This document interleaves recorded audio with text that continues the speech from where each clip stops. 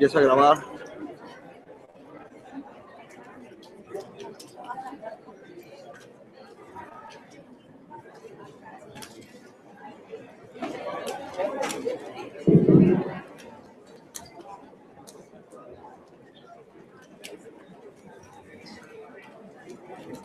Muy buenas noches.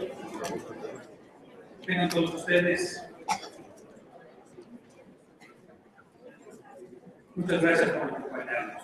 Muy estimados amigos, amigas, público que nos acompaña.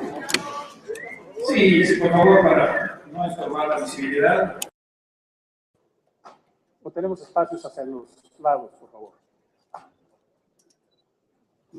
Ya ves, alcanzan a colocar sillas del otro lado, por favor. Igual de aquel lado, sí, por favor.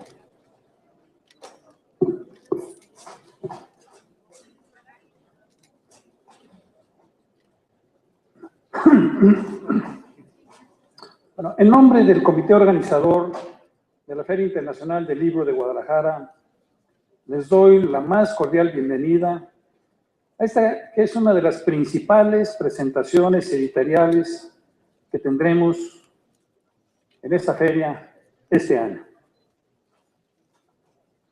Consumado escritor, historiador, biógrafo y editor, Enrique Krause ha realizado una obra escrita que comprende más de 20 títulos de historia, biografías y retratos, ensayos políticos y literarios, crítica del poder e intelectual, en una trayectoria creativa sin parangón por su balance entre rigor académico y atractivo popular. Su obra ha sido traducida a varios idiomas.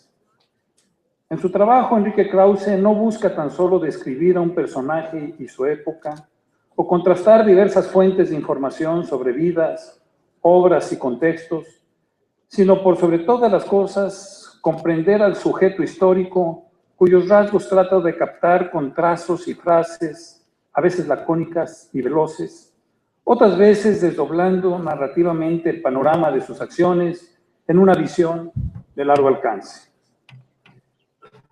Enrique Krause, quien ya nos ha acompañado en diversas ocasiones en esta feria para presentar algunos de sus libros y para participar en diversas actividades, ahora está en nuestra feria, además de recibir un homenaje por su trayectoria editorial. El homenaje al mérito editorial de este año que será entregado el día de mañana a Enrique Krause. En esta ocasión nos trae, a través de la editorial Random House, la colección titulada Ensayista Liberal, la que compila una serie de biografías, entrevistas, conversaciones y ensayos en 6 volúmenes que engloban 35 años de trabajo y pensamiento que a continuación se presentarán. Bueno, acompañan al autor en esta presentación importantes, destacadas personalidades del mundo intelectual y político de nuestro país. Por lo que también les doy la más cordial bienvenida a José Goldenberg, a Jesús Silva Herford Márquez, al ingeniero Cuauhtémoc Cárdenas Solórzano, a Manlio Fabio Beltrones y a Santiago Krill.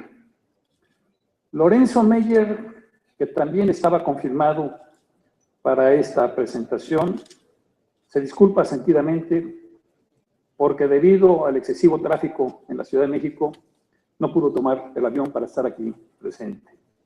A todos ustedes, muchas gracias por acompañarnos.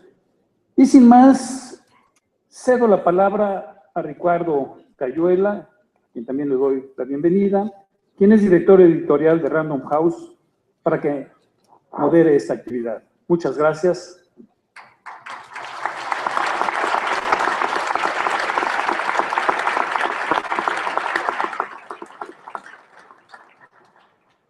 Muy buenas tardes a todos. Para la editorial Debate de Penguin Random House, es un verdadero privilegio estar hoy aquí reunidos. Creo que es una de las mesas más potentes que nunca se han presentado y organizado en México, Es una mesa que combina a tres destacadísimos protagonistas de la vida política de nuestro país, con altos cargos y responsabilidades. Los tres políticos que además tienen una gran sensibilidad intelectual, una gran sensibilidad libresca, junto a tres de los intelectuales, incluyendo por supuesto a Enrique Krause, de mayor peso, de mayor libertad, de mayor trascendencia en la cultura mexicana. Es un diálogo inédito entre la política y la vida intelectual. Y de verdad que estamos muy emocionados. ¿Qué es lo que nos congrega? Bueno, los 3 volúmenes de la colección El Ensayista Liberal, como muy bien anunció Raúl Padilla, al que le agradecemos todas las gestiones y toda la hospitalidad para hacer posible esta mesa. Son los 3 volúmenes finales de la colección El Ensayista Liberal, que agrupan 35 años de trabajo de Enrique Krause sobre la política mexicana. Desde El timón y la tormenta, el ensayo con el que nace a la crítica política, feroz y muy valiente en ese entonces, sobre los vaivenes de José López Portillo, hasta nuestros días. El último volumen recopila algunos textos publicados hace menos de 6 meses. Estamos pues ante una trayectoria extraordinaria de un protagonista, de alguien que ha contribuido como pocos a sembrar la semilla de la democracia en nuestro país, de celebrar la transición por fin lograda de nuestra democracia, pero también de criticar sus excesos y sus errores y sus desviaciones. Es decir, lo que hay en esa constante es la visión crítica.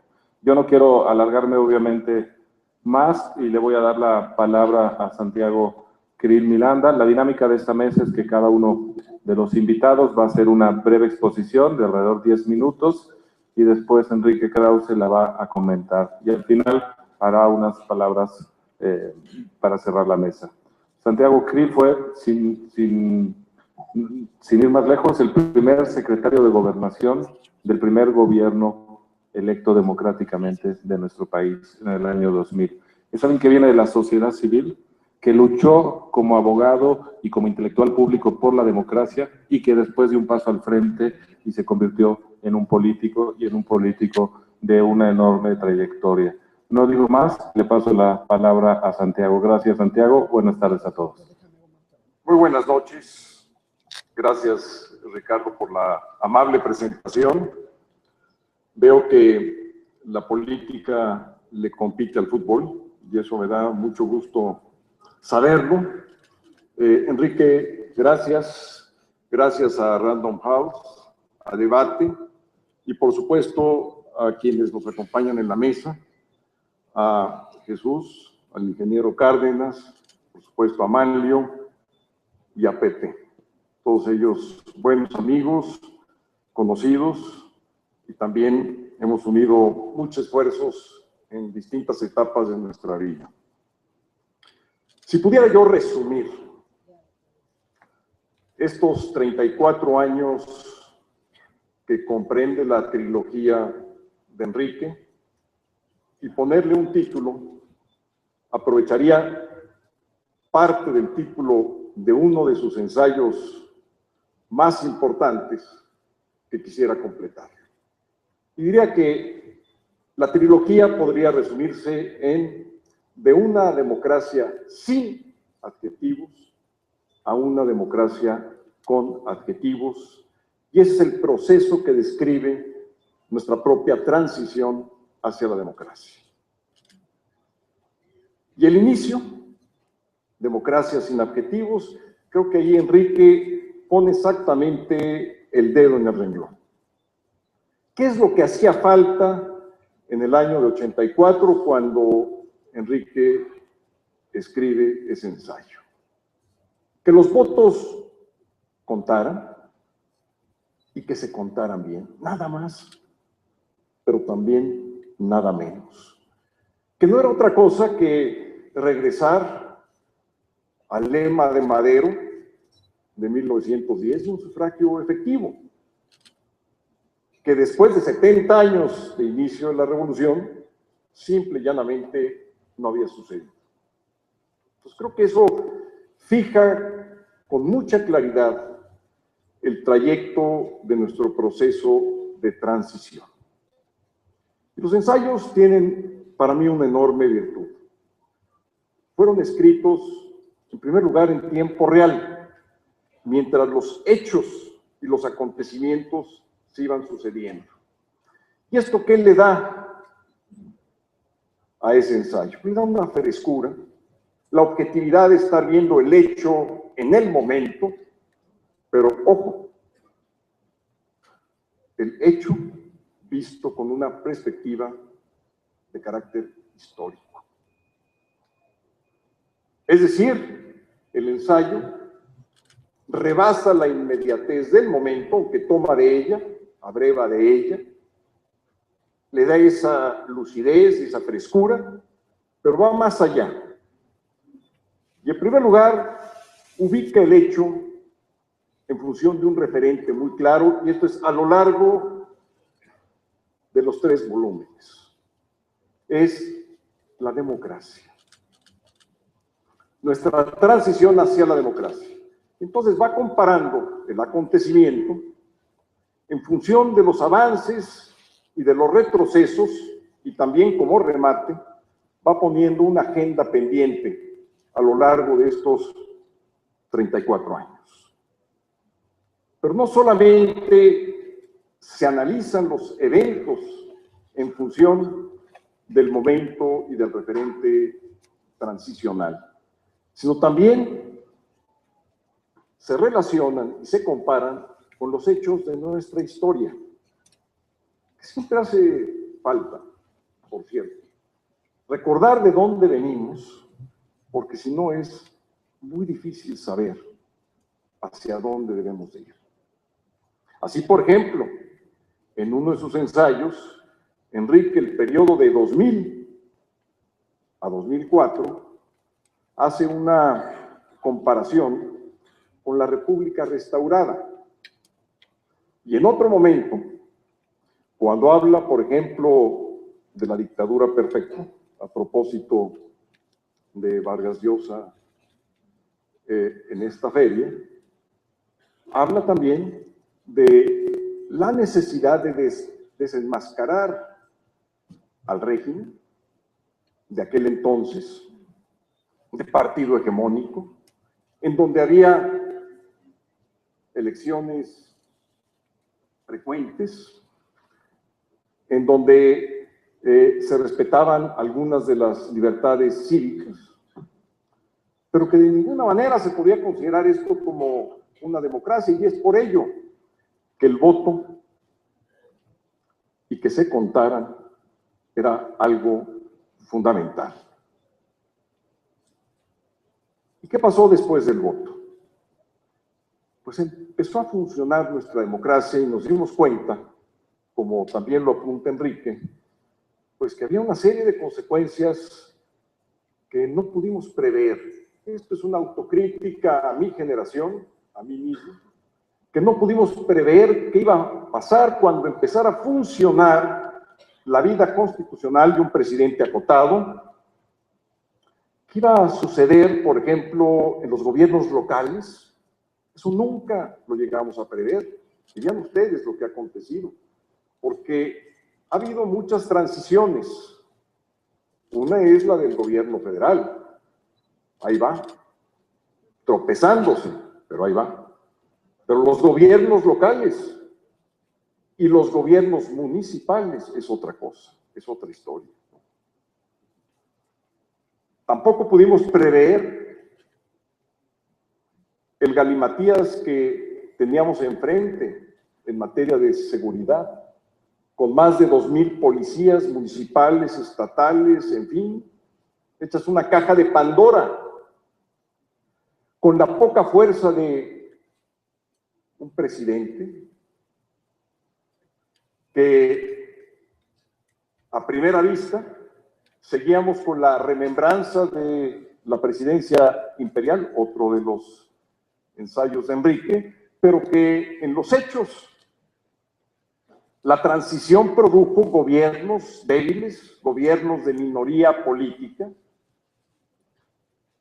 gobiernos que tenían que lidiar con una mayoría enfrente, opositora, pero no una mayoría estable, una mayoría fragmentada de la oposición.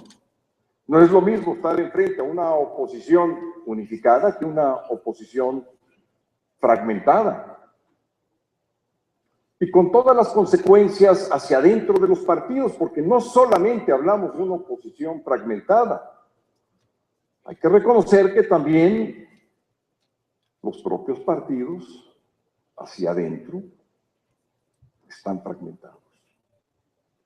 Entonces, preguntémonos, ¿y quiénes deben ser los interlocutores políticos? ¿Los presidentes de los partidos? ¿Los representantes del Congreso? ¿Los gobernadores? No es sencillo, esto no lo previmos y creo que es algo que apunta con mucha claridad. Tampoco previmos esta especie de diáspora en la que se fragmentó el poder y surgieron los poderes fácticos, los pseudolegales, monopolios que absorben una parte muy importante de la renta nacional y que ha costado un enorme trabajo empezar a enderezar intereses creados. ¿Por qué? Porque no tiene la fuerza política, el sistema, ya es donde viene la agenda pendiente, para poder hacer ese reordenamiento que el país necesita, de poderes fácticos, los ilegales, por supuesto, que es el crimen organizado, y para ello se requiere una fuerza política para reordenar las policías del país y romper con los intereses creados que han impedido ese reordenamiento a cabalidad y con funcionalidad. En fin, Enrique, pues yo quiero realmente felicitarte. Es una presentación de un libro, les pido que lean los 3 volúmenes, la trilogía. Si alguien se quiere enterar bien, a fondo, del proceso de transición política, de lo que ha sido, de sus logros, de sus avances, también de sus enormes tropiezos y de la agenda pendiente, no hay de otra a leer la trilogía. Y Enrique, por ello, yo como ciudadano te doy las gracias.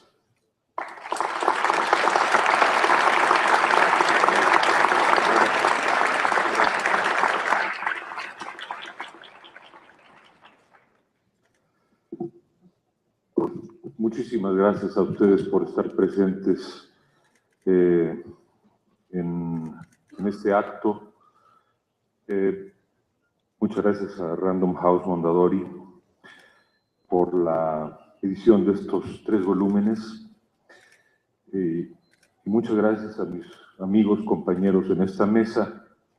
Aquí hay representadas pues las mejores voces, pienso yo, de las mejores voces de México por su calidad intelectual, su calidad política y su calidad moral.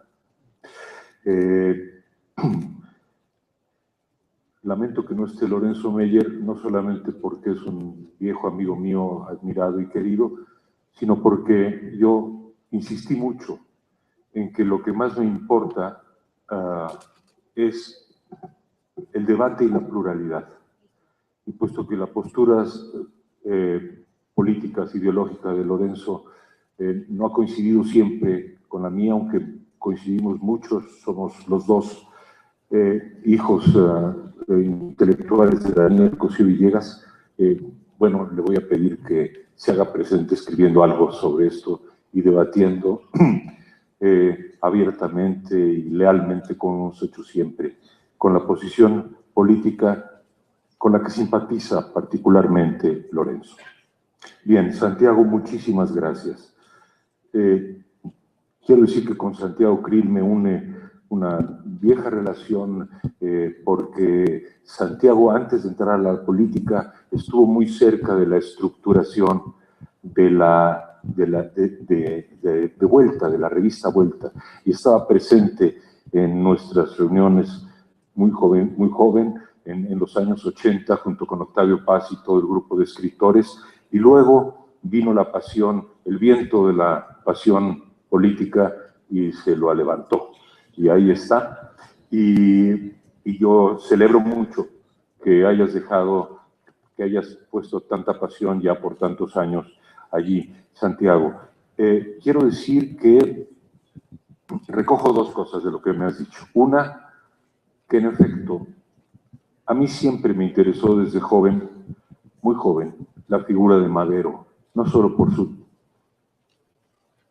enorme dramatismo en su vida, su bondad, su transparencia y la manera trágica en que murió, sino por el sueño que vislumbró de una democracia en México.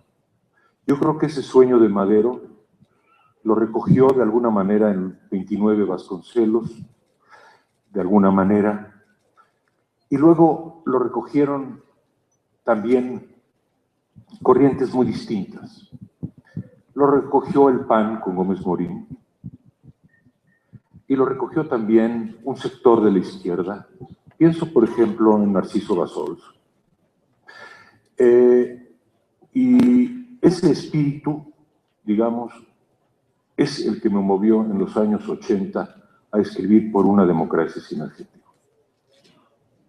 Retomar la alternativa liberal y democrática que estaba pendiente. Muchas cosas salieron bien en México, o no mal, pero incluso diría yo, bien en el siglo XX. Muchas cosas se construyeron con el PRI, pero varias no.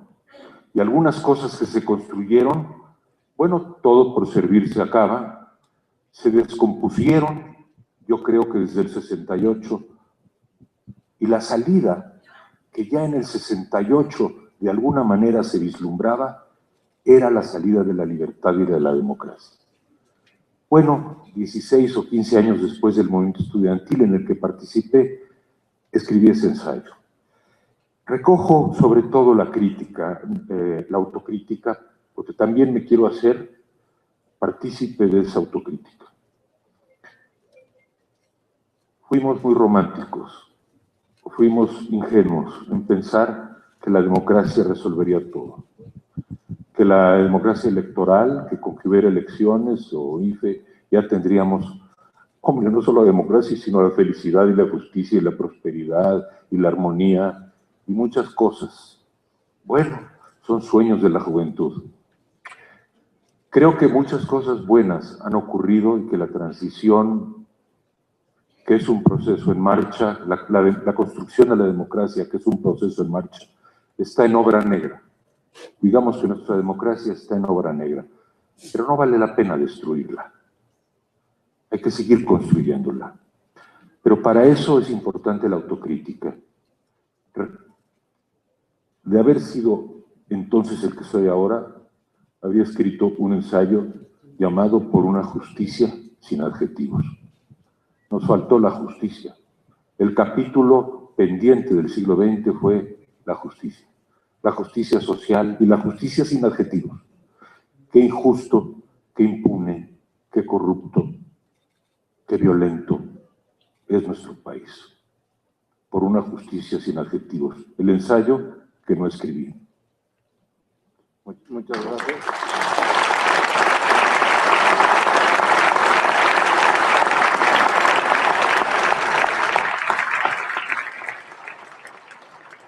Le voy a dar la palabra a Jesús Silva Herzog Márquez. Todos los que lo leemos los lunes en Reforma sabemos el peso de sus palabras. Yo creo que es uno de los ensayistas políticos más brillantes de nuestro país y que pone a temblar muchas veces a los políticos. Me los imagino el lunes en la mañana buscando el periódico.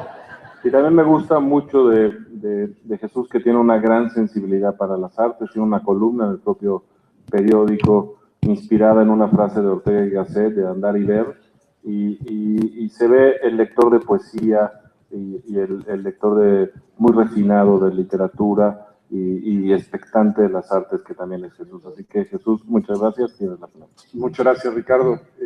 Muchas gracias, Enrique, también por la invitación. Es un privilegio enorme estar en esta sala y celebrar esta nueva edición de la biblioteca de Enrique Krause. Creo que esta reunión de los ensayos de Enrique Krause, esta reunión de los ensayos políticos de Enrique Krause, nos permite ver el gran arco de las preocupaciones y de los registros intelectuales de Enrique Krause, del biógrafo del poder en México. Son conversaciones y crónicas, piezas polémicas y celebraciones, bocetos biográficos, textos urgentes sobre el día que transcurre y reposadas miradas sobre la historia. Los trabajos de Enrique Krause siguen sobre todo la pista de Daniel Cosío Villegas, también historiador convertido en crítico del poder. Entiende de esa manera Enrique Krause la lección de su maestro, la necesidad, el deber de fundar una escritura política basada en varios elementos. Reflexión crítica sobre la política, hecha con rigor intelectual, perspectiva histórica, exigencia literaria y temple liberal. Estos tres tomos que recorren 35 años de reflexión sobre la política mexicana están escritos en gerundio. Son una historia que se fue escribiendo mientras se hacía y nos permite reconstruir el pasado reciente y sobre todo el pasado de nuestras ideas, de nuestros debates, nuestras ilusiones, nuestras conquistas y también de nuestras decepciones. La historia de las ideas mexicanas encontrará aquí una mina crucial. Encontrará sobre todo una perspectiva intelectual. El ángulo que se presume desde el encabezado general de esta colección es muy claro: el ensayista liberal. El pie de imprenta cuenta. Estas obras se publican en 2016, el año que cierra un círculo de la historia y abre otro azaroso, incierto, amenazante. El año que está por morir ha clausurado la era del triunfalismo liberal. Se abrió para el mundo seguramente a finales de los años 80. Fue el fin del Imperio Soviético, la apertura de las economías del mundo, las transiciones democráticas en las que se inscribió México con su sello peculiar, que marcaron todos la pauta en el mundo. El más entusiasta de los liberales llegó a cantar entonces el fin de la historia. Todos los ríos confluirían en el paraíso del mercado y en la razonada deliberación parlamentaria. La democracia liberal no tenía ya rival a vencer. Ese capítulo, digo, se está cerrando hoy. El nacionalismo resurge, el autoritarismo recupera su capacidad de seducción, el proteccionismo se vuelve tendencia en el mundo, los populistas de izquierda y de derecha adquieren poder y cambian los equilibrios más arraigados. Las democracias que consideramos estables y ejemplares del mundo aparecen como las más vulnerables e incluso como las más amenazantes. Quiero decir con esto que los libros de Enrique Krause tienen por ello un significado distinto hoy, cuando los podemos leer, al que tenían hace tiempo cuando fueron escritos y quizá cuando los leímos por primera ocasión. No habría sido lo mismo una edición en 2010 de estas reflexiones que lo que son hoy, tras Trump, tras Brexit, frente a Le Pen y frente a Putin. Encuentro por ello una extraordinaria oportunidad histórica en esta coyuntura. El liberalismo, que ha sido doctrina de combate, de denuncia, una doctrina fincada en el escepticismo y en la sospecha del poder, vuelve a ofrecer una crítica a las prácticas y a las doctrinas imperantes. Si en las últimas 2 décadas se instaló de algún modo como ideología legitimadora, hoy puede ser nuevamente idea de combate. La biografía de ese cuerpo de ideas puede reconstruirse en las páginas del ensayista liberal. Del crítico de la hegemonía, Enrique Krause se convirtió tal vez en uno de los intelectuales hegemónicos. ¿Cuántas fórmulas de Enrique Krause se convirtieron en la moneda de nuestro entendimiento? Lo recordaba hace un momento Santiago Krieg. La democracia sin adjetivos, la presidencia imperial, el desaliento de México, el Mesías tropical. Durante muchos años hemos visto México a través de los anteojos de Enrique Krause. Importa registrar el sitio que ha ocupado en estas décadas. Cuando emprendió la crítica al régimen priista, su defensa de la democracia liberal fue tachada de exótica, extraña, extranjera inclusive. Nuestro arreglo político era producto de la historia y no tenía por qué acomodarse a los dictados del exterior. Años después, su tesis de la democracia sin adjetivos, es decir, digo entre paréntesis, con uno solo, liberal, era en buena medida suscrita por todo el arco de los actores políticos. Nadie se atreve, creo yo, a defender ya la excepción histórica mexicana.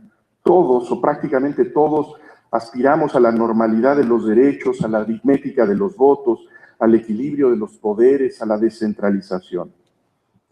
El historiador no mudó de convicciones. El país y en buena medida el mundo se acercó al liberalismo. Hoy las cosas están cambiando. Hay en el mundo y desde luego también en México un vuelco al discurso y a la práctica antiliberal. No es una amenaza igual a la del totalitarismo soviético, pero es un desafío paralelo. En China y en Rusia, en Venezuela y en Filipinas se levantan alternativas a la democracia liberal que parecen seductoras para millones y que son eficaces, que son además eficaces productoras de votos. La opción es una mezcla de autocracia, corrupción, oligarquía y nacionalismo. Tengo la impresión de que el liberalismo mexicano, que ha tenido en Enrique Krause a uno de sus defensores más lúcidos, puede encontrar en estos retos una nueva energía si es capaz de defender sus principios esenciales, emprendiendo al mismo tiempo una honesta autocrítica. Coincido con lo que otro historiador de lo inmediato, otro liberal esclarecido, Timothy Arton Gash, decía recientemente a los liberales del mundo: hagámoslo mejor. Algunas críticas me parece que son pertinentes en este momento para el liberalismo dominante. En primer lugar, creo que podríamos decir que el liberalismo fue secuestrado por los economistas. No solamente impusieron sus recetas como dogmas de fe, sino que implantaron su idea del hombre como un agente simplemente racional que hace sumas y restas para calcular su interés individual y solo eso. El liberalismo se desentendió al mismo tiempo de la importancia del Estado. Y aquí hay una advertencia que hace Enrique Krause en uno de los primeros párrafos de alguno de los tomos, en donde hace la diferencia entre el liberalismo y el anarquismo, haciendo una cita preciosa de Borges, en donde Borges habla elogiosamente del anarquismo. El anarquismo es una idea preciosa, pero no la merecemos. Pero el liberalismo de los últimos años, el liberalismo triunfante de las últimas décadas en el mundo, llegó a desentenderse del Estado y al olvidarse de él, me parece que se ha desprendido del indispensable compromiso con lo público. La prédica de la privatización, surgida originalmente de una entendible exigencia de racionalidad, terminó corroyendo lo que es el espacio común. La perspectiva liberal, habría que añadir, oponiéndose al tribalismo, se olvidó igualmente de la cuestión nacional. Puede haber, pienso yo, una defensa de lo nacional, es decir, de lo común, de aquello que vincula a una familia imaginaria que no pase por las falsificaciones del nacionalismo. Lo que no puede haber es una democracia sin la convicción de un propósito compartido. El liberalismo, podríamos también agregar, ha cerrado los ojos a las formaciones oligárquicas que concentran poder y dinero. La desigualdad no es irrelevante, como dicen algunos extremistas liberales. Si la democracia importa, la igualdad importa. Es tiempo, me parece, de recuperar el liberalismo igualitario que ofreció cohesión y futuro a Occidente durante la posguerra. Los liberales han creído también en el debate. En los ensayos de Enrique Krause puede verse esta convicción y esta convocatoria constante. Debatamos, aprendamos a discutir, a discrepar. No confundamos la diferencia de opiniones con la inmoralidad. El reto de hoy es gigantesco y es muy distinto al de antes. ¿Cuáles son las condiciones para el debate en este mundo de odios? ¿Cómo entendernos si la verdad cuenta ya tan poco? Los libros de Enrique Krause, Me acelero, ricos en paralelos históricos, semblanzas biográficas, polémicas y alegatos, son a mi juicio recordatorios de que el liberalismo no puede arrullarse en la mecedora como si la historia le hubiera otorgado la razón. Es sobre todo un ejemplo de la fibra polémica insumisa del liberalismo. Se equivocó Fidel Castro y se equivoca también Mario Vargas Llosa. La historia no es un tribunal, no otorga absoluciones ni impone condenas. Esos veredictos habrá que dejárselos a quienes creen en los cielos y los infiernos. La historia, que no termina nunca de escribirse, es una aventura abierta a la imaginación. La defensa de la libertad exige hoy la autocrítica del liberalismo. Para defender la libertad no haría mal algo de infidelidad a las creencias previas. Muchas gracias.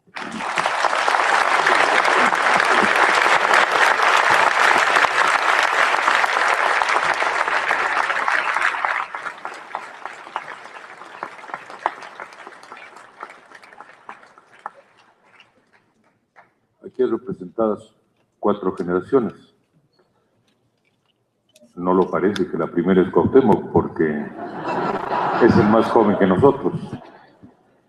Luego muy cerca sigo yo, la mía, y luego la de Manlio, Santiago Krill y José Woldenberg, y finalmente la de Ricardo Cayuela y Jesús Silva Herzog, el gran editor, queridísimo amigo, y el admirable escritor político. Decía don Daniel Cosío Villegas que México había dado muy pocos escritores políticos en su historia.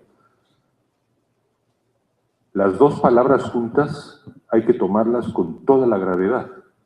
No comentarista político solamente, ni observador político, ni comentólogo, ni comentócrata, no, escritor político.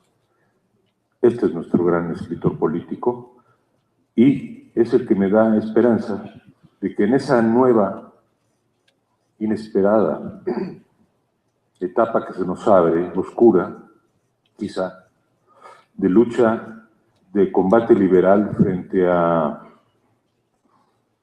los peligros del autoritarismo que increíblemente se ciernen sobre nosotros y que provienen del vecino del norte. Ahora sí, aquella frase atribuida a Porfirio Díaz, pobre México, tan lejos de Dios, tan cerca de los Estados Unidos, no fue siempre cierta, pero ahora podría serlo. Hay que dar una gran batalla liberal por la democracia y por nuestras libertades. Pero, una vez más, recojo como propias las observaciones de autocrítica. ¿Qué haces? Te las haces a ti mismo y no me las haces a mí. Claro que dejamos que se precipitara, que se manchara el liberalismo original, noble liberalismo del siglo XIX y XX, con el estricto, limitado, egoísta, frío neoliberalismo económico. No creo que haya sido muy mi caso porque yo no aplaudí eso, pero, y sin duda alguna, muchos cayeron en esa facilidad. En segundo lugar, y lo más importante que recojo, es que nos olvidamos de la dimensión, tan borrachos estábamos del ideal democrático, que nos olvidamos de lo mejor que dejó la Revolución Mexicana, que es el aliento social de la Revolución Mexicana. Y el aliento social de la Revolución Mexicana es Lázaro Cárdenas. Son los mejores momentos de la Revolución Mexicana. No podemos renunciar a eso. Y tuvo el siglo XX momentos extraordinarios. No de gran riqueza económica, y bueno, tampoco de democracia. Pero qué aliento social, qué concordia, qué corazón tenía ciertos momentos de nuestro pasado. Enamorados de la democracia, nos olvidamos un poco de esa tradición social. Entonces, esto es lo que tengo que decir. Gracias, Jesús, por estar activo y combativo, y no dejemos que en esta nueva batalla del liberalismo nos ocurra dejar a un lado las cosas mejores de nuestro pasado.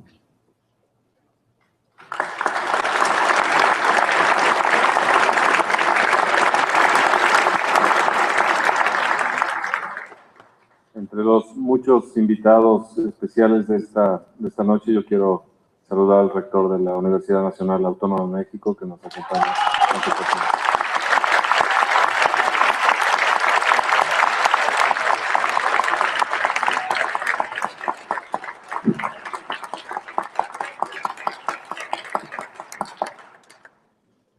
Gobernador del Estado de Sonora, secretario de Gobernación, senador, diputado, presidente del Partido Revolucionario Institucional, Mario Fabio Beltrones es una figura indispensable de la política mexicana y me da mucho gusto que haya aceptado la invitación y pasarle la palabra. Muchas gracias.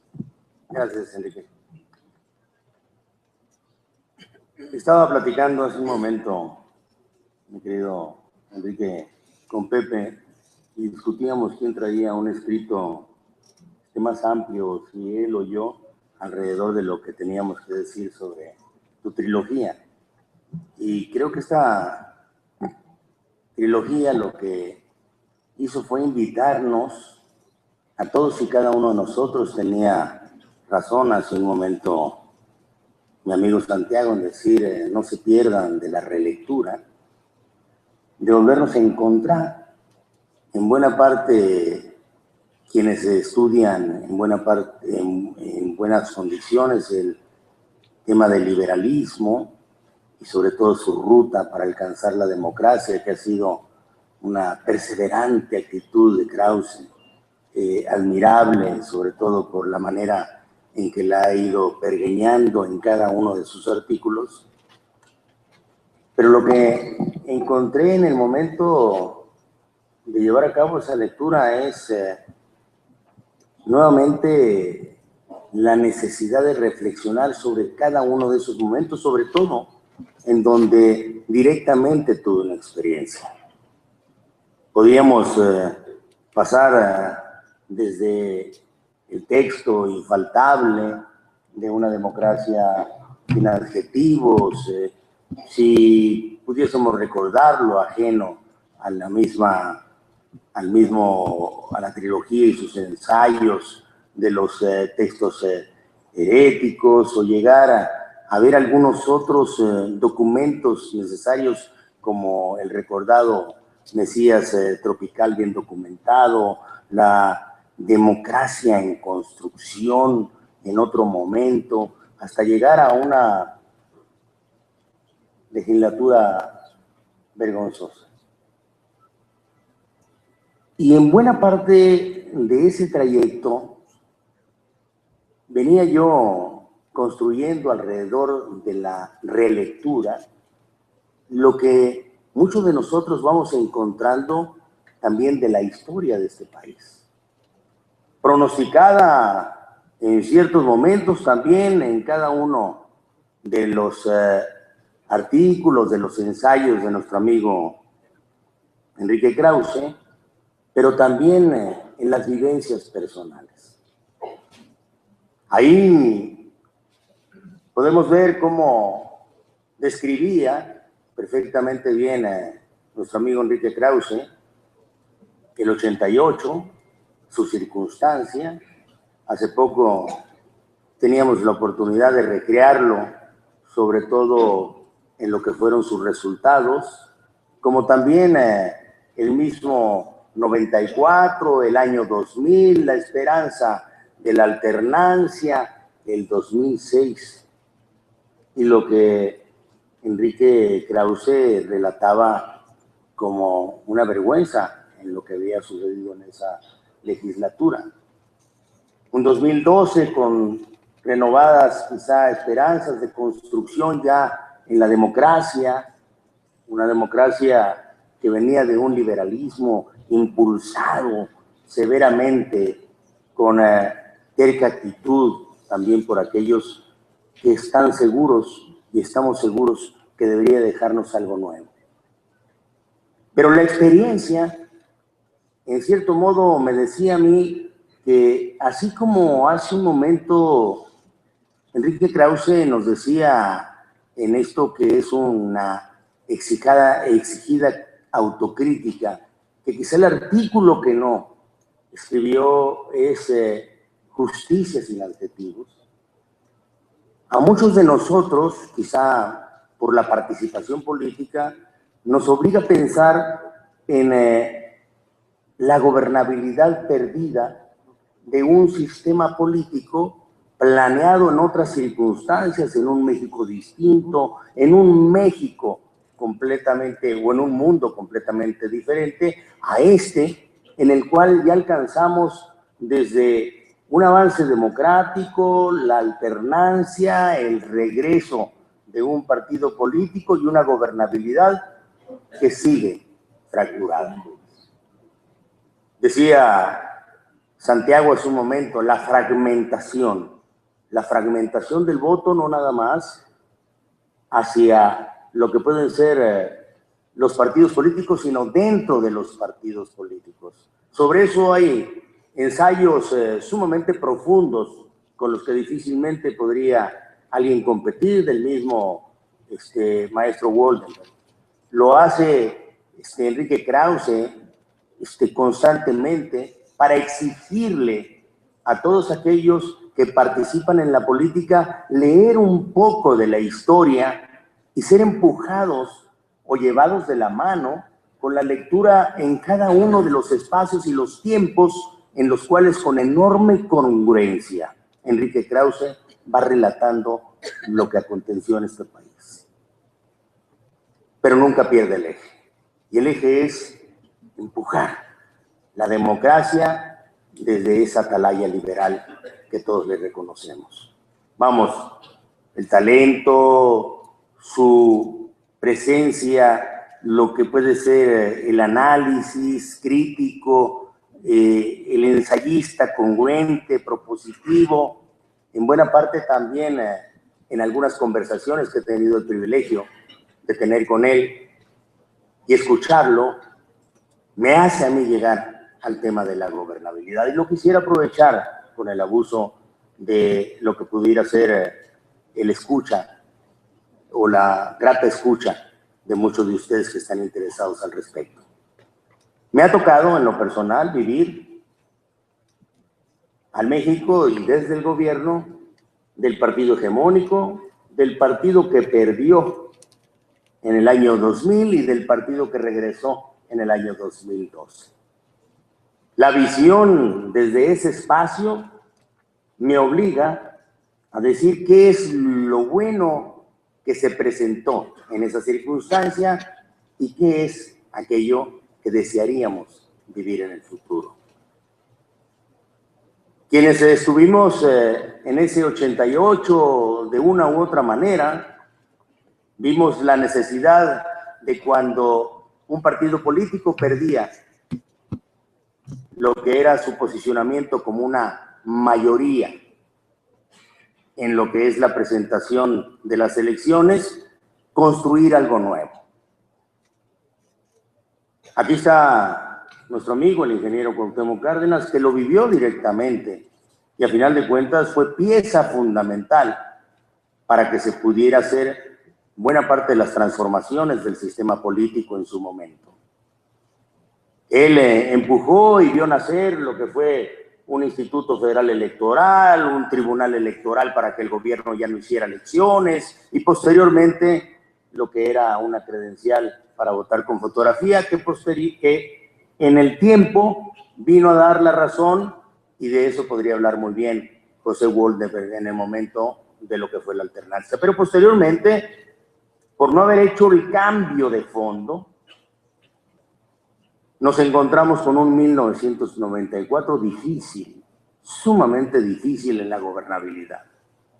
El 2000, posteriormente, por no hacer los cambios, nos trajo ya un presidente no del 90%, como lo fue José López Portillo electo en aquel 76, o del 50% magro que se suponía en el 88 con Carlos Salinas, sino del 48% de Ernesto Zedillo al 42% de Vicente Fox. Y de ahí en adelante, al 35% con el que fue electo el presidente Felipe Calderón. Cercano, un segundo lugar, que tuvo una actitud completamente distinta a lo que fue una mirada hacia el horizonte de la construcción, como el ingeniero Cárdenas en 1988, que exigió los grandes cambios.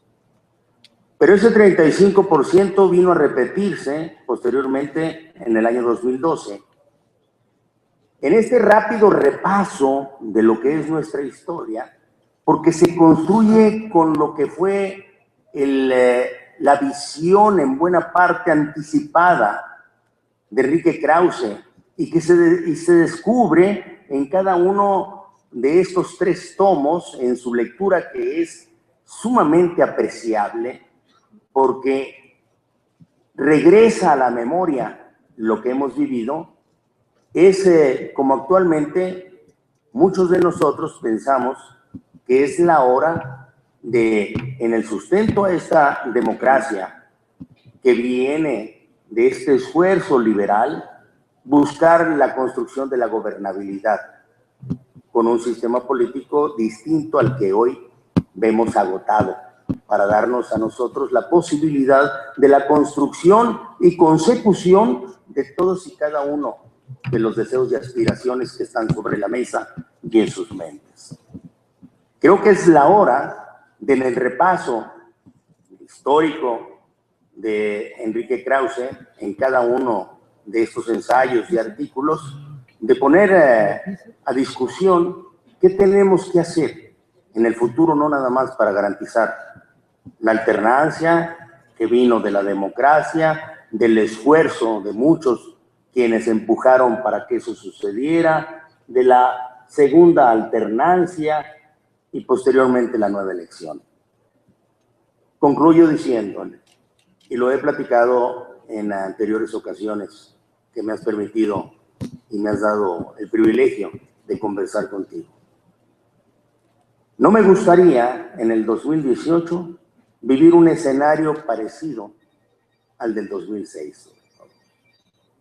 Un 2006 que te mereció a ti el reflexionar y darnos una alerta de lo que podía suceder en el futuro con una legislatura que parecía vergonzosa.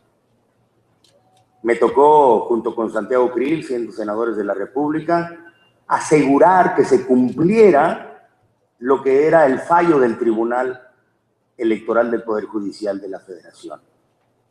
Que tomara posesión un presidente de la República, no obstante lo magro de la diferencia en una elección, pero a final de cuentas, esa era la legalidad dentro del esfuerzo democrático que habíamos construido. Vimos desde la tribuna, yo como presidente del Senado, como de manera estupefacto, George Bush padre miraba lo que era la toma de posesión de un presidente de la República en el 2006, que llegó a preguntarme al final cuando se despidió de mí, así es siempre aquí, del cambio de gobierno. Me esforcé en decirle que no, pero creo que se quedó con la duda.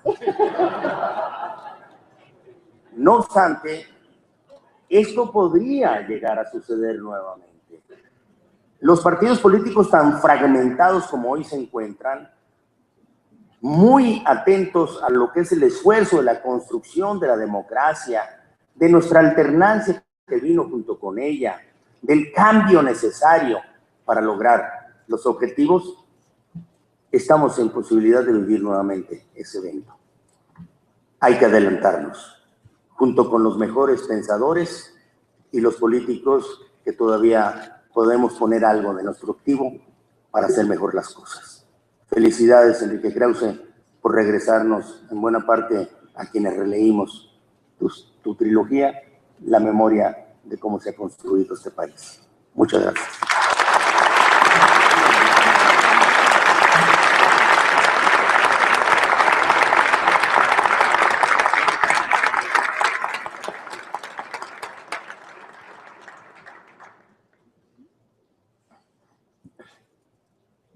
Yo fui un adversario y un crítico del sistema político mexicano, de la presidencia imperial, de la dictadura perfecta, como quieran llamarles, desde el 68, que participé en el movimiento estudiantil, con Echeverría, López Portillo, de la Madrid, Salinas de Gortari, en fin, hasta el final.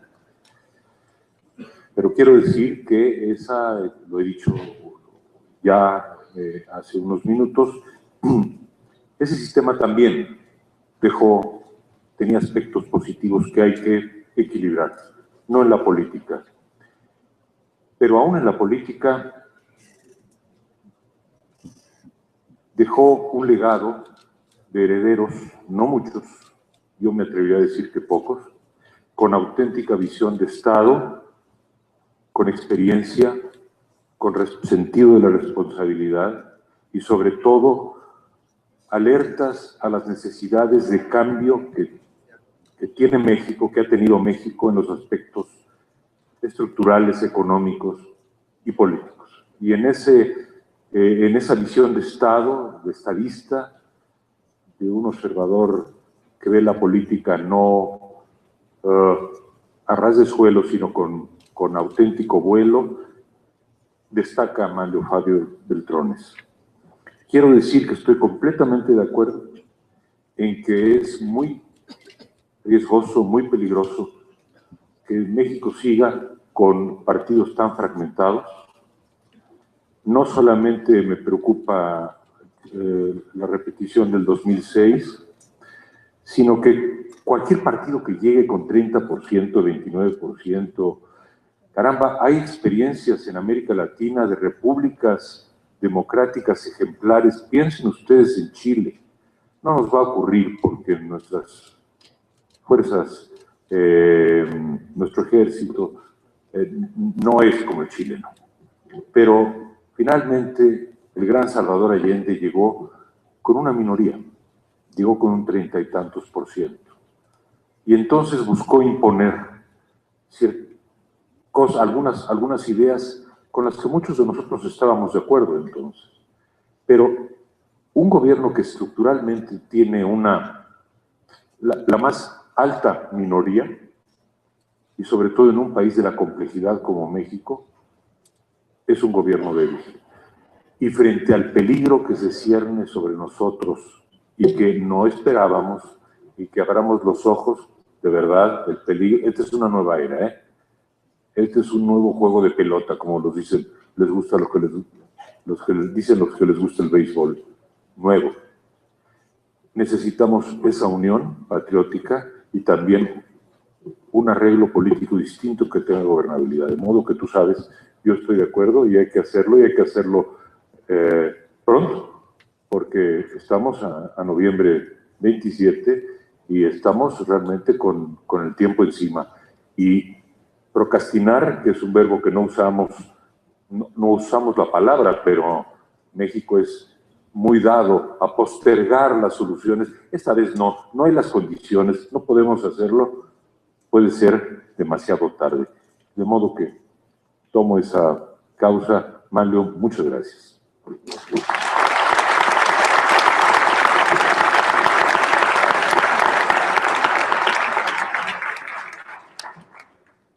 José Woldenberg, narrador, ensayista, alguien que viene de la militancia sindical en la Universidad Nacional Autónoma de México y de la militancia política, y que ha explicado su transición personal hacia una defensa férrea de la democracia. Es también el presidente del IFE ejemplar, que llevó con una mano privilegiada la primera alternancia del poder en México desde la elección de Madero. Yo siempre he dicho de Pepe Woldenberg que estamos ante un héroe de nuestra democracia.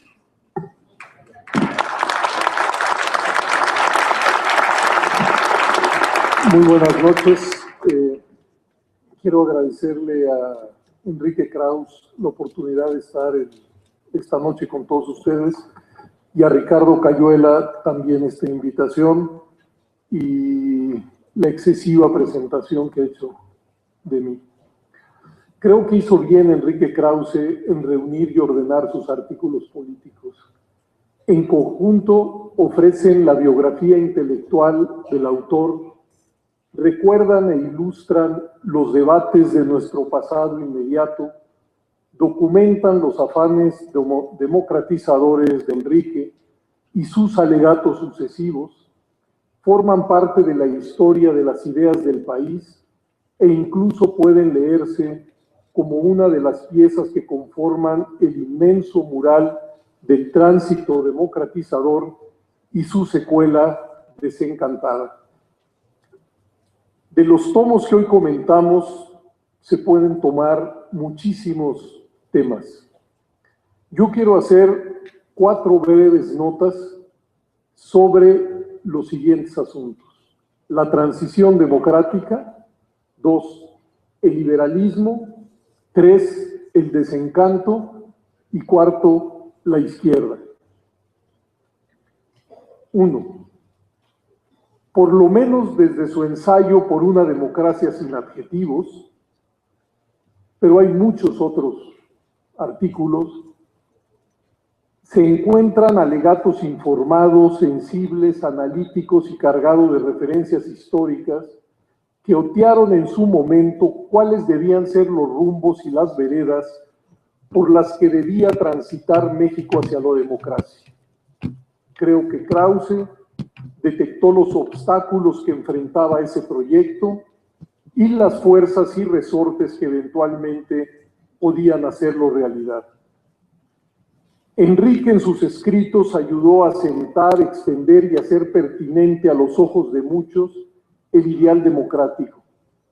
Polemizó con el autoritarismo de los gobiernos del PRI, pero también con la o las izquierdas que no acababan por hacer suyo ese horizonte y ese medio.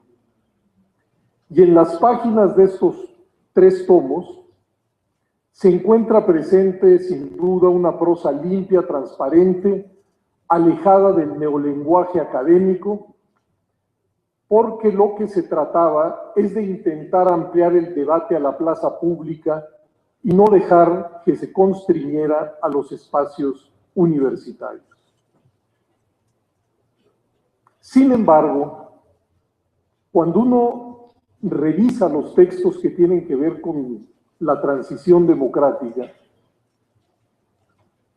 creo encontrar un olvido que curiosamente me parece capital, que son los momentos en los que se transformaron, se reformaron normas e instituciones que permitieron la emergencia, la convivencia y la competencia de la diversidad política del país. Trataré de explicarme. En las páginas de los textos de Enrique, ustedes recrearán y recordarán muchos momentos. Movilizaciones, reclamos, conflictos postelectorales, un clima en donde lo que se debatía era o democracia o autoritarismo, pero no aparecen con la fuerza requerida, creo yo, los momentos constructivos, los momentos, insisto, en los que se reformaran las normas y las instituciones de este país. Porque entre 1977 y 1996 se llevaron a cabo 6 reformas electorales. En las primeras, la primera, la del 77, se abrió la puerta para que fuerzas políticas hasta entonces excluidas del mundo institucional electoral pudieran ingresar al mismo. Y se reformó la conformación de la Cámara de Diputados para inyectarse un cierto pluralismo. Después se crearon las nuevas instituciones en esta materia, precisamente como un resultado del conflicto postelectoral del 88. El IFE y el Tribunal Electoral no se pueden entender sin aquel agudo conflicto. Y posteriormente, en 1996, se crearon condiciones medianamente equitativas para la contienda electoral. Y eso también fue fruto de negociaciones, de acuerdos entre las diferentes fuerzas políticas. ¿Qué quiero decir con esto? Yo creo que el cambio democratizador que vivió el país no lo hemos podido recrear ni socializar como el mismo se merece. Y por eso quizá tiene muy pocos defensores. Y quizá por ello muchos no acaban de comprender el enorme tránsito que significó pasar de un sistema de partido hegemónico a un sistema de partidos equilibrados, de un mundo de la representación monocolor a un mundo de la representación plural, de una presidencia casi omnipotente a una presidencia acotada por otros poderes constitucionales, etcétera, etcétera. Entonces, coincidiendo en lo fundamental en este capítulo con Enrique, me falta, desde mi punto de vista, una reconsideración o una consideración mayor de los momentos reformadores. Segundo, el liberalismo. No hay democracia posible sin el componente liberal. Eso lo dice una y otra vez Enrique, y yo comparto ese punto de vista de manera cabal. Pero él también dice, y también lo comparto, que democracia y liberalismo no son lo mismo. Pero revisando, releyendo un buen número de los artículos de aquella época, digamos de los 90, creo que Enrique expresaba un liberalismo demasiado ensimismado. Hoy nos dice, y qué bueno, que hay que recuperar el aliento social de la revolución, que hay que mirar al mundo de las desigualdades, pero solo como botones de muestra, y para darle sabor al caldo, me encuentro que en un artículo de 1991, Enrique incluso hablaba de la libertad de educación, cosa que realmente me sorprendió. Estaría pensando que puede haber escuelas de dianética, que puede haber creacionismo en vez de evolución en las escuelas, porque yo creo que si en algo el liberalismo avanzó en nuestro país, es que se fusionó con otras corrientes de pensamiento. Y en el caso de la educación, solo como ejemplo, fueron las corrientes de la Ilustración y las corrientes del liberalismo las que llevaron a la convicción de que en ese terreno tendría que haber una cierta rectoría estatal, precisamente para contender contra charlatanerías de todo tipo y prejuicios de todo tipo. O por ejemplo, en 1992, decía Enrique, se ha visto que la intervención del Estado no corrige la pobreza y sí coarta la libre capacidad de los individuos para remontarla. Yo me preguntaba, ¿no sabemos o deberíamos saber que fueron precisamente los llamados estados de bienestar europeos construidos luego de la Segunda Guerra Mundial los que con una dosis importante de intervención estatal lograron reducir la pobreza, temperar las desigualdades, expandir la educación y la salud hasta hacerlas universales, mejorar la vivienda y el transporte sin necesidad de erosionar las libertades individuales. Es decir, que las sociedades, hasta donde yo alcanzo a ver, mejor construidas, son precisamente las sociedades que han tratado de conjugar dos grandes corrientes que vienen desde el siglo XIX, el liberalismo y el socialismo. Y en ese sentido, pues esos ejemplos nos hablan de que una mejor articulación entre mercado y Estado nos puede generar sociedades donde se puedan ejercer todas las libertades, pero con un piso de equidad que las hagan sociedades más armónicas. Tercero, y trato de apurarme, Enrique detecta con mucha claridad y con mucha fuerza el desencanto con la vida política que se ha vivido en México en lo que va del siglo. Y cómo muchas de las ilusiones y esperanzas que se depositaron en el tránsito democratizador han sido defraudadas para muchos. Y eso es cierto. Yo los invito a leer ese texto, que es ese tomo, el segundo tomo, porque está lleno de sugerencias importantes. Enrique se para a reflexionar sobre lo que están haciendo los medios, el mundo intelectual, la academia, los propios partidos, y cómo da la impresión que todos ellos están por debajo de las exigencias del momento. Pero creo también que los nutrientes más fuertes del desencanto, en nuestro caso, son 4, y que están incluso más allá de la política, si esto se pudiera decir. Por un lado, una economía que no crece o no crece con suficiencia, lo cual significa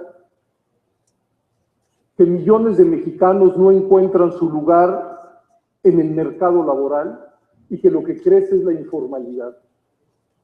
Segundo, lo que ya desde hace más de 10 años señalaba el PNUD o la CEPAL, que era que las democracias en América Latina se estaban reproduciendo en un marco de profundas desigualdades, y decía la CEPAL, donde es muy difícil generar un sentido de pertenencia, de inclusión, un sentimiento de proyecto común, precisamente porque no somos sociedades integradas, sino digamos, profundamente desiguales, escindidas y polarizadas.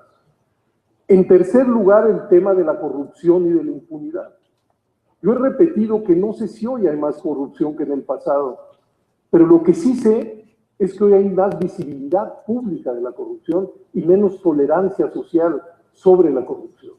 Y ojalá esos dos nuevos fenómenos puedan ser las palancas que nos ayuden a combatirla, porque nada corroe más el aprecio por las instituciones públicas que los fenómenos de corrupción documentados que quedan impunes. Y en cuarto lugar, el tema de la violencia.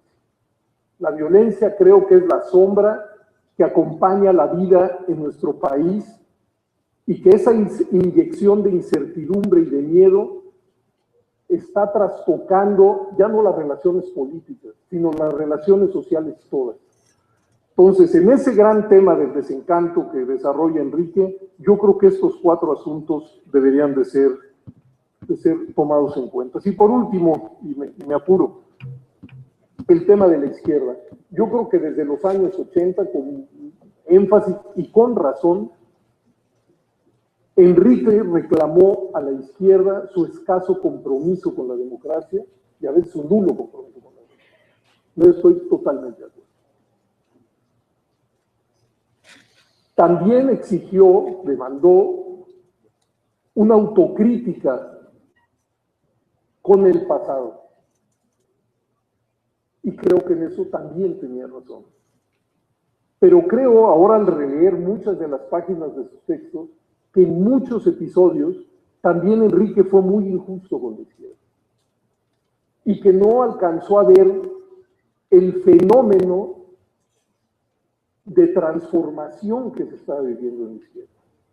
Yo creo que en los años 80 el paradigma fundamental dentro de la izquierda es el paradigma revolucionario, pero que ya para los años 2000 la mayor parte de la izquierda mexicana se había reconvertido al Código Democrático.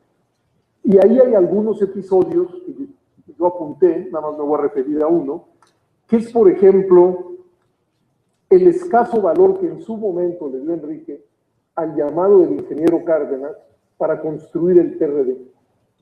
No sé si recuerdas, hay un artículo 90-91 en donde Enrique compara la experiencia del ingeniero con la de José Vasconcelos de 1929 y hace un paralelismo, pero omitía Enrique la enorme diferencia. Mientras la oposición vasconcelista se difuminó en el aire, lo que sucedió en el año 1988, aquella gran crisis político-electoral, para la izquierda sí tuvo una desembocadura organizativa, que fue la creación del PRD, al que llamó a construir el ingeniero Cárdenas. Digo incluso que ya en aquellos años yo me estaba distanciando del PRD, pero ese es punto de aparte.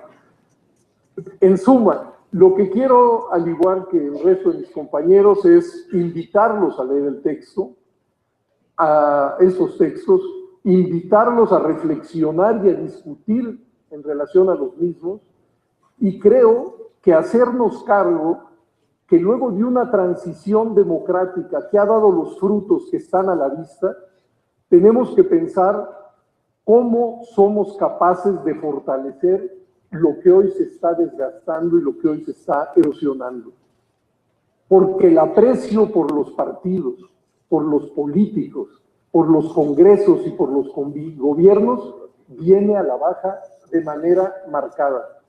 Pero creo que todos sabemos o deberíamos saber que sin gobiernos, sin congresos, sin partidos y sin políticos, simple y sencillamente no hay democracia. Muchas gracias.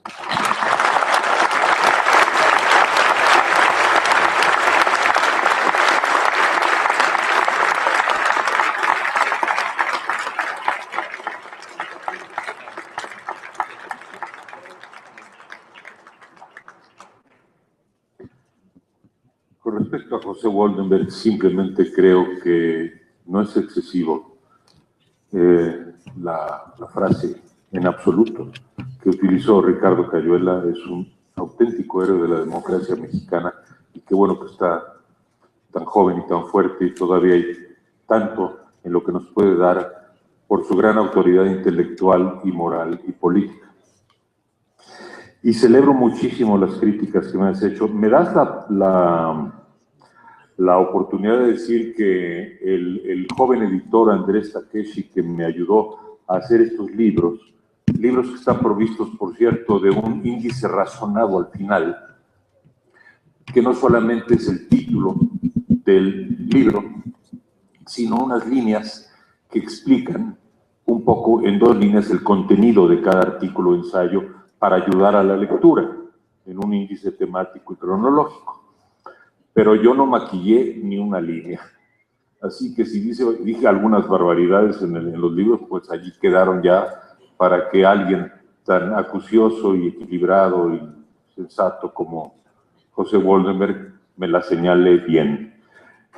Así que gracias por esto.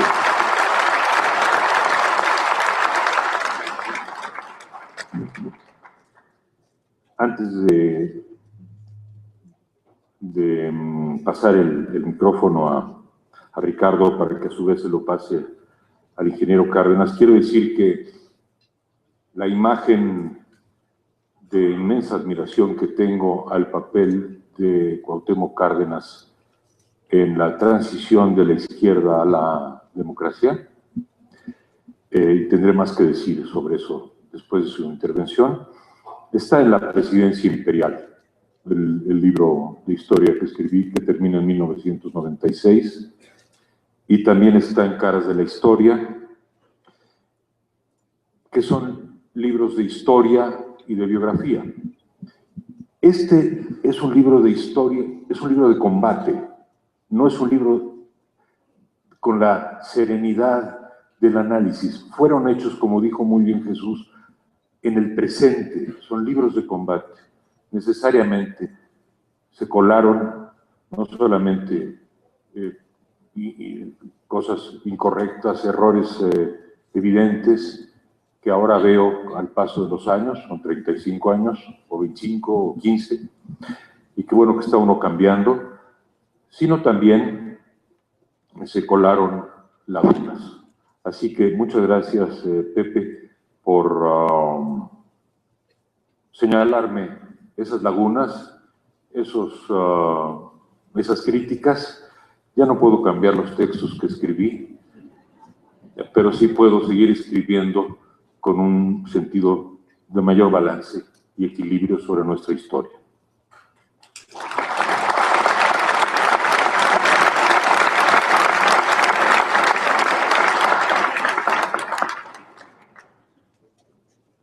En la reunión que teníamos para preparar esta mesa, los ponentes conmigo como moderador, todos teníamos un único acuerdo. La palabra final de la mesa de los invitados de Enrique debe ser para Cuauhtémoc Cárdenas.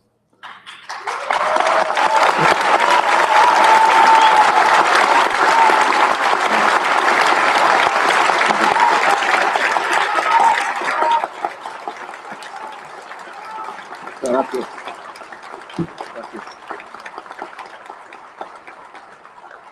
Bueno, quiero primero agradecer a Enrique, agradecer a Ricardo la invitación para participar en esta mesa que mucho me distingue, aquí con amigos con los que hemos coincidido y con los que hemos discrepado, pero a quienes estimo, a quienes respeto, y me da mucho gusto realmente poder estar en esta mesa, en esta feria del libro de Guadalajara.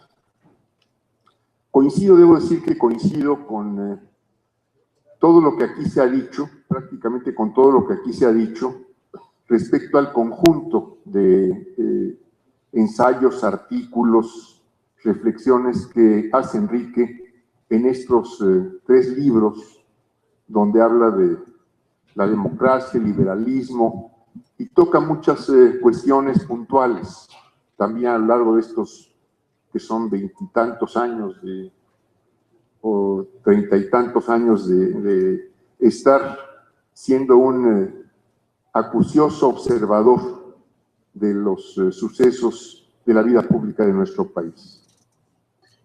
Yo no, por el contenido mismo de los libros, me veo obligado a no hablar en lo general de los libros, sino, como dicen aquí los parlamentarios que nos acompañan, hablar por alusiones, y no por alusiones personales necesariamente.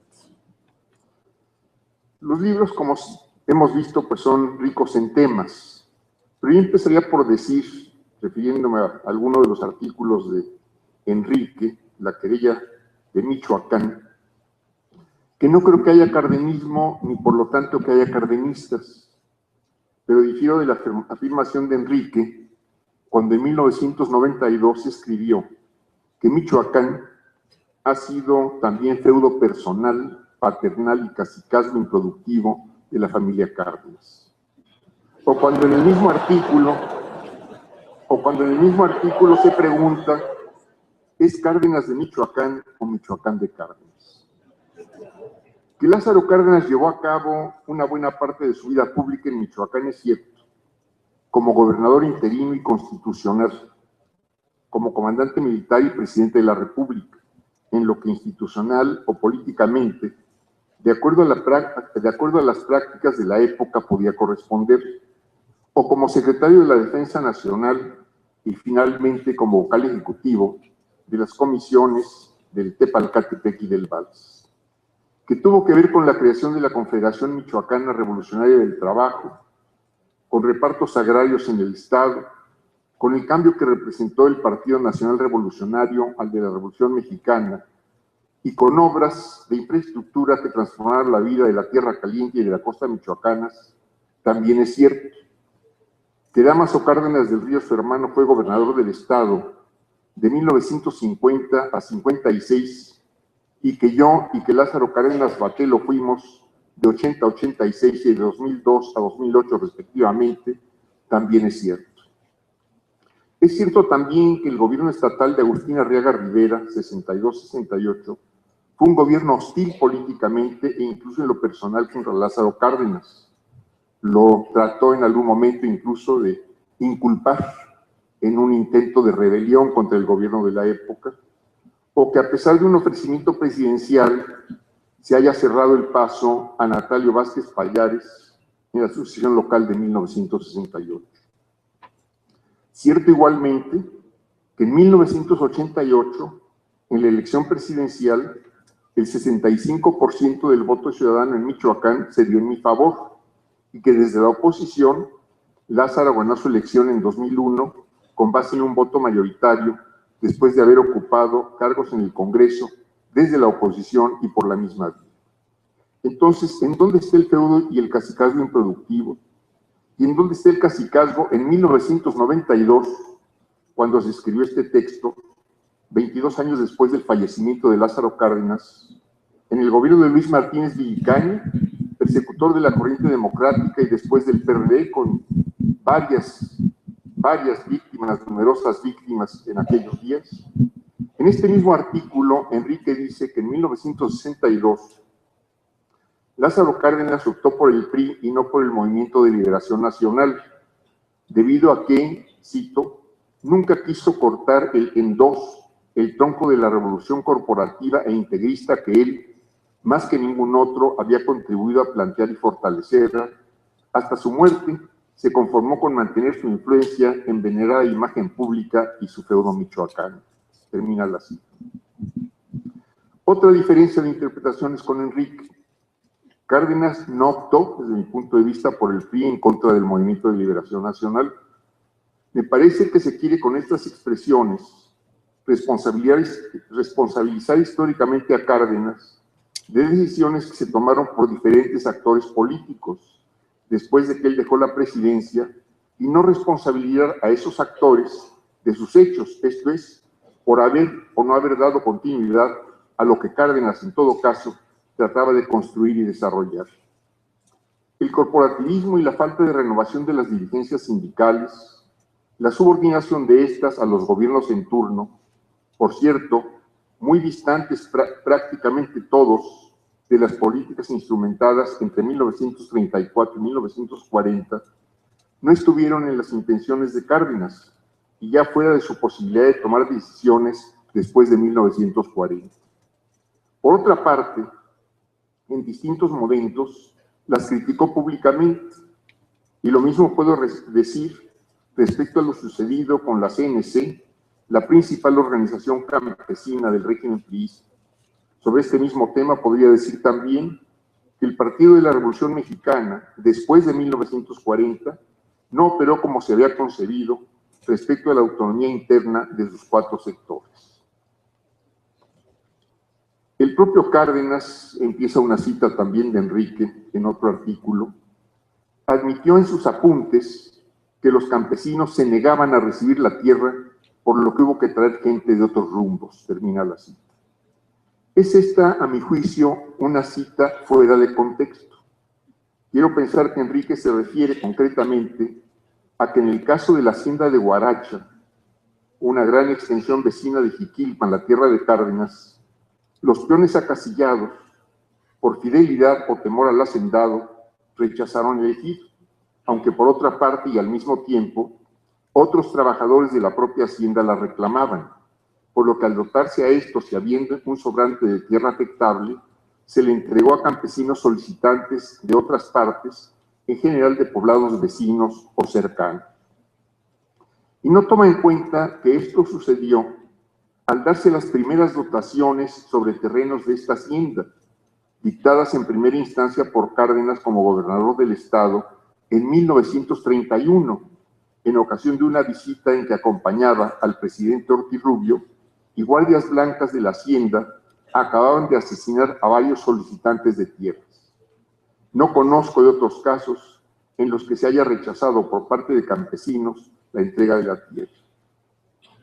En otro artículo, nos dice también Enrique, y cito, tras una visita a la URSS, la tierra del mañana, e inspirado por lo que vio, es decir, por lo que los burócratas le enseñaron y por lo que quiso ver, Vicente Lombardo Toledano había aconsejado a Cárdenas la importancia del ejido colectivo. Termina la cita.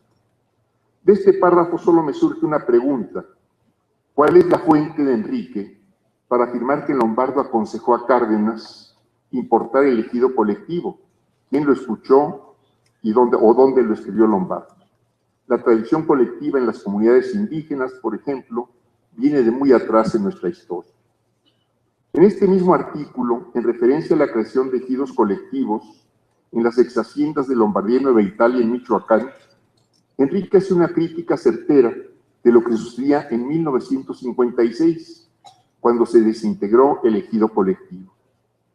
Yo me pregunto, ¿debe encargarse a la cuenta de Cárdenas las buenas o malas decisiones tomadas durante 16 años en los que él no fue responsable de ellas? La falta de continuidad de las políticas del gobierno de Cárdenas, planes de trabajo, asistencia técnica y financiera, rendición de cuentas, etcétera, por administraciones posteriores, hostilidad oficial contra el ejido colectivo, colusión oficial para la renta de parcelas y filiales, etcétera, no creo que deban cargarse a la cuenta de Lázaro Cárdenas. Algo muy parecido al caso anterior puedo decir respecto al reparto ejidal en la zona henequenera de Yucatán.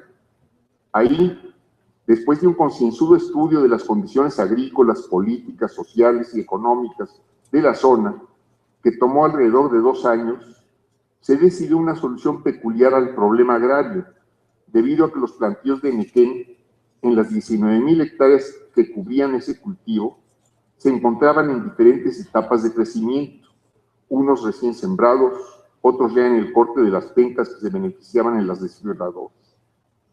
Cada hacienda tenía, en este sentido, condiciones diferentes.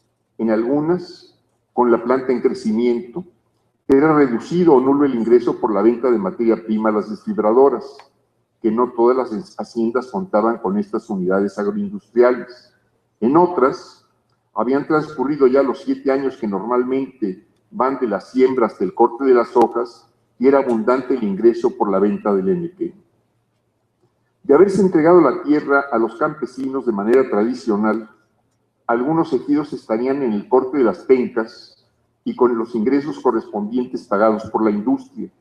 En otros, habría que trabajar ya sin el jornal del hacendado y esperar 7 años para que la maduración de la planta, esto es, ciertamente sin patrón, pero también sin ingresos. En esas condiciones se decidió constituir en toda la zona henequenera una sola gran unidad de producción, de modo que una administración central pudiera planear las actividades a realizar, obtener y dar seguimiento a las cuestiones de crédito, atender al pago de salarios de todos los ejidatarios, anualmente hacer una derrama general correspondiente a las ventas del Enequén, coordinar la actividad agrícola con la industrial, encargarse de la comercialización, tanto en la exportación como en los mercados nacionales, y coordinarse con otras entidades para el desarrollo y prestación de los servicios sociales de la población en la zona. Considero entonces que en la forma en que se llevó a cabo el reparto de las haciendas henequeneras, se procedió con racionalidad social y económica, buscando la mayor equidad posible y previendo que como complemento de la entrega de la tierra se adquirieran las desfibradoras para integrar la cadena agroindustrial, a lo que ya no se dio continuidad en las administraciones siguientes. Considero además que en el reparto de la tierra no hubo visceralidad y que en ningún momento se pensó en ir, y cito, en contra de los generales latifundistas, que por cierto no creo hayan tenido mayor presencia entre los hacendados yucatecos. En varios artículos, Enrique plantea la apertura a la inversión privada de las áreas de la industria petrolera que estaban reservadas al Estado. Estos artículos son 5 libertades conculcadas por una y México como isla, particularmente, la necesidad de abrir Pemex también. Esta apertura ya sucedió con la llamada reforma estructural en energía, que hasta el día de hoy no muestra las ventajas del discurso oficial que apoyó su aprobación en el Congreso. Considero una decisión no solo equivocada desde el punto de vista económico, sino contraria al interés nacional en los términos más amplios, que puede conducir al agotamiento prematuro de reservas y que de fondo no ha producido los cambios en las políticas que se venían ya practicando en la industria petrolera y en la economía en lo general, incluyendo la gran corrupción en la administración de Pemex, recientemente relevada, y en otras áreas relacionadas con la propia industria. La corrupción en petróleos mexicanos, cito, sindicatos privilegiados, burocracias ineficaces, administraciones corruptas, termina la cita, escribe Enrique, agudizada en las últimas décadas, no puede achacarse, sostengo yo, a las medidas que condujeron a la expropiación ni a la administración federal que concluyó en 1940. En el artículo Debatir el petróleo, se dice que en la industria petrolera, respecto, cito, a la inversión foránea, quienes sostienen una postura liberal sensata, desaconsejan la apertura indiscriminada no solo por la significación del petróleo en México, sino porque, en igualdad de condiciones, siempre debe ser preferible a la inversión nacional. Termina la cita, y en esto coincidimos Enrique y yo, y eso es precisamente lo que no está haciendo el gobierno actual después de imponer su llamada reforma energética. En materia petrolera, lo que hace falta, como propuesta de la oposición progresista y democrática al gobierno, es, en primer lugar, desde mi punto de vista, revertir la reforma energética, para que los recursos estratégicos del subsuelo se manejen en función de un interés nacional, y lo que ya venía siendo falta desde antes de decretar la extinción de Pemex, coincidiendo con lo que propone Enrique en la teología del petróleo, ha sido poner en marcha una política petrolera que otorgara autonomía presupuestal y de gestión a Pemex, haciendo de esta institución un efectivo ente productivo, un manejo de reservas que sustituyera lo extraído y elevara en términos reales la reserva aprobada. En esta administración debe decirse, se empezó con reservas para 9 años y ya solo se cuenta con petróleo para 7.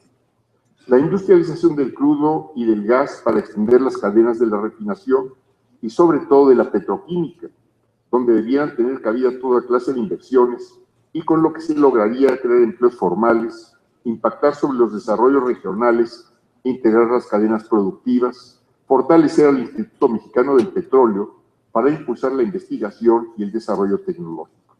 Todo esto acompañado de la decisión de erradicar todo tipo de corrupción y no prolongar la impunidad con la que ésta se está protegiendo y alentando. Enrique, una felicitación más por esta muy interesante recopilación y por lo que nos has entregado.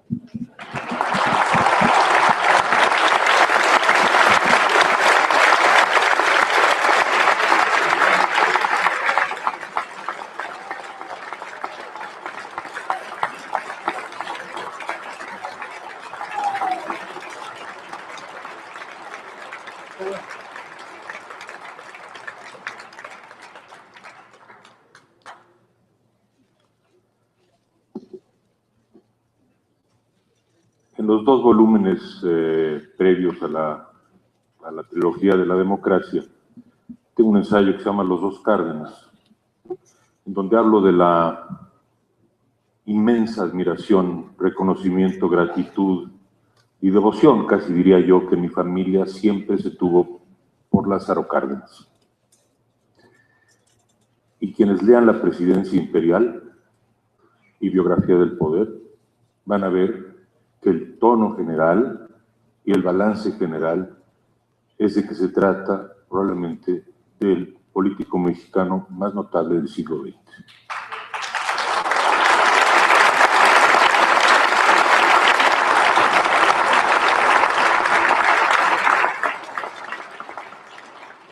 Eso no quiero decir que fuera perfecto. Más notable por ser imperfecto. Luis González y González, mi maestro tan querido que lo conoció bien, me explicaba lo que había ocurrido el día en que visitó San José de Gracia el general Cárdenas y hacia fines de los años 30, principios de los 40, y el padre Federico González le explicó cómo se había repartido la pequeña propiedad y Cárdenas dijo, caramba, creo que algo así debe haberse hecho en algún otro lugar. Y claro, sí, yo deslizo puntos de vista distintos sobre la reforma agraria, sobre Yucatán. Es verdad. Pero el balance general de ese hombre en cuyo corazón cupo todo México y del sentido humanista, sobre todo humano y humanista, de ese presidente que llamé en la biografía del poder el presidente misionero, sigue siendo de toda mi admiración. Por otro lado, mi maestro Daniel Cosío Villegas escribió un artículo sobre la izquierda en México, en 64, diciendo justamente eso, que Cárdenas, teniendo toda la legitimidad y toda la autoridad, finalmente fue un hombre de su tiempo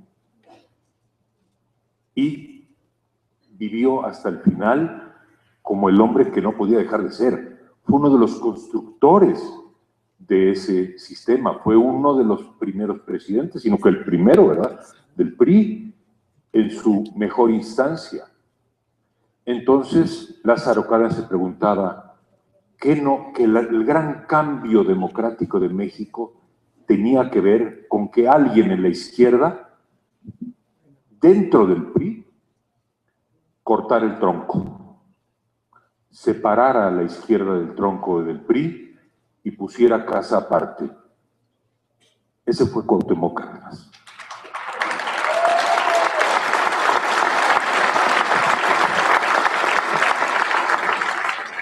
Digamos que yo, en el calor de esos ensayos o de artículos, puedo haber dicho, exigido o pedido o culpado al general Cárdenas de no haber hecho lo que ese joven impetuoso le pedía hacer. Bueno, un articulista, un ensayista puede en el combate ser injusto, y equivocado, pero no lo quité, ahí está, y qué bueno que recibo esas críticas. Pero el mérito de decir hasta aquí, el mérito de decir la izquierda tiene que, como dijo José Goldberg claramente, tiene que tener una corriente democrática primero para luego integrarse en un partido. Y como dijo también muy bien Mario, que esto se canalizara constructivamente en un partido que por fin integrara a la izquierda mexicana, ese mérito es del ingeniero Cuauhtémoc Cárdenas.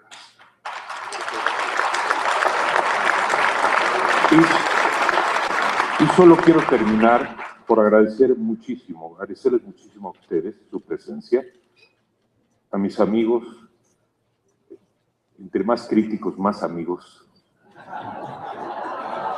y entre más amigos, más críticos, porque demuestran no solamente la lealtad del buen amigo, sino algo más importante.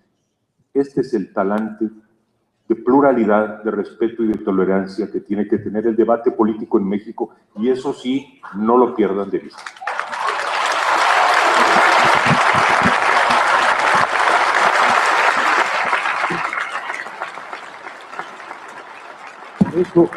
Por eso me permito hacer un llamado a las autoridades, a los legisladores, a que la democracia mexicana y nuestro país en general, no solo la democracia, que corre peligro real por el hecho de que un psicópata, racista, antimexicano, llegará a ser el presidente de los Estados Unidos de manera increíble. Este país tiene que sacar lo mejor de sí para poder enfrentarlo, y podemos hacerlo. Pero la condición es una armonía basada en la pluralidad, debate, tolerancia, y por eso el llamado es: no podemos permitir que en el 2017 y 2018 en las campañas el ciudadano mexicano no tenga debates de altura por los medios de comunicación y por todos los medios posibles. Al ciudadano mexicano se le tiene que ofrecer las distintas opciones presentadas con fuerza, con firmeza, pero también con claridad.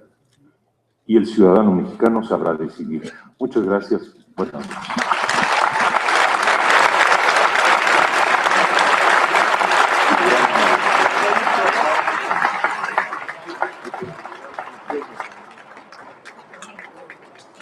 Lo mismo.